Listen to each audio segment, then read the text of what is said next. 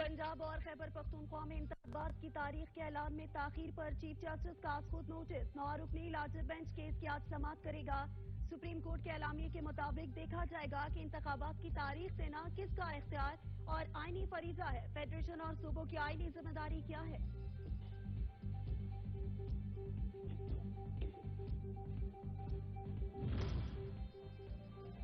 फवाद चौधरी कहते हैं 5 जज साहिबान जिन्होंने स्पीकर की रूलिंग को मुस्तरद करके मौजूदा हुकूमत और काबीना की तश्कील की बुनियाद रखी, वो इस 9 रुकनी बेंच का हिस्सा है। तहरीक इंसाफ तो इन जज साहिबान पर कोई एतराज नहीं कर रही। हुकूमत और मखसूस सहाफी सुप्रीम कोर्ट को मुतनाज़ क्यों बना रहे हैं।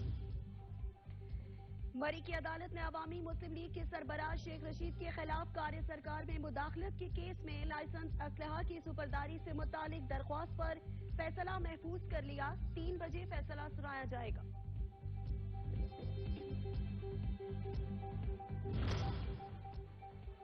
सुप्रीम कोर्ट ने सिंध कोल अथॉरिटी करप्शन केस में आइंदा समाअत पर डीजी नैब कराची को तलब कर लिया। जस्टिस अतहर मिनल्ला ने रिमार्क्स दिए, नैब भी काबिल एहतसाब है।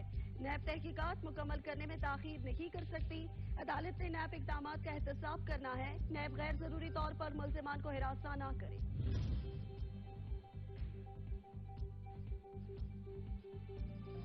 रेलवे की जमीन गैर कानूनी तौर पर लीज पर देने से मुतालिक नैब का केस। सुप्रीम कोर्ट ने नए नैब कानून के तहत रेफरेंस वापस होने की बिना पर अपील खारिज कर दी।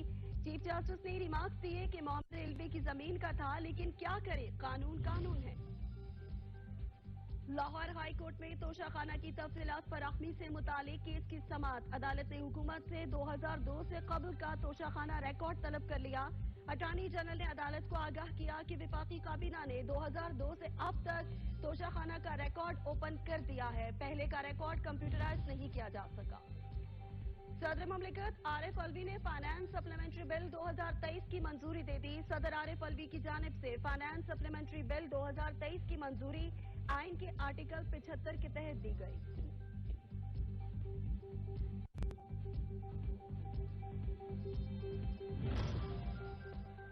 IMF ने पाकिस्तान से मॉनेटरी पॉलिसी सख्त करने का मुतालबा कर दिया। मॉनेटरी पॉलिसी सख्त करने से शरह सूद बढ़ने का खदशा।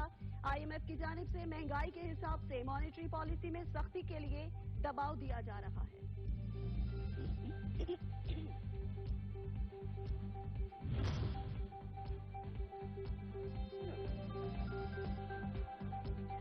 मुल्क में डॉलर की ऊंची परवास को ब्रेक लग गई। रुपए की कदर बहाल होने लगी। कारोबारी हफ्ते के चौथे रोज इंटरबैंक में डॉलर की कदर में कमी देखने में आई और रुपए के मुकाबले में डॉलर 1 रुपए 15 पैसे सस्ता होकर 260